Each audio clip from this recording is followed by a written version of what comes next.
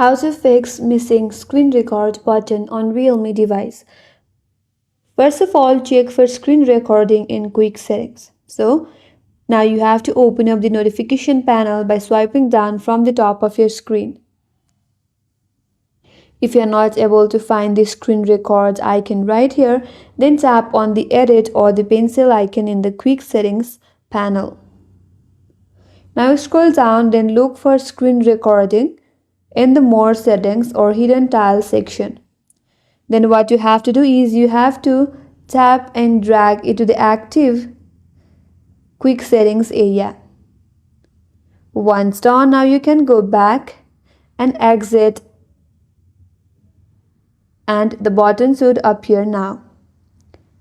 If that still does not help you, now restart your device. Press and hold the power button, then tap restart. This simple step often fixes temporary glitches. If that still does not work for you, look for your system update. Sometimes the outdated software can cause the missing feature. For that, open up settings in your device. Scroll down, go to system, then tap on software update. And if you have any available updates, then you have to install it. Once you have done that, now go back and check whether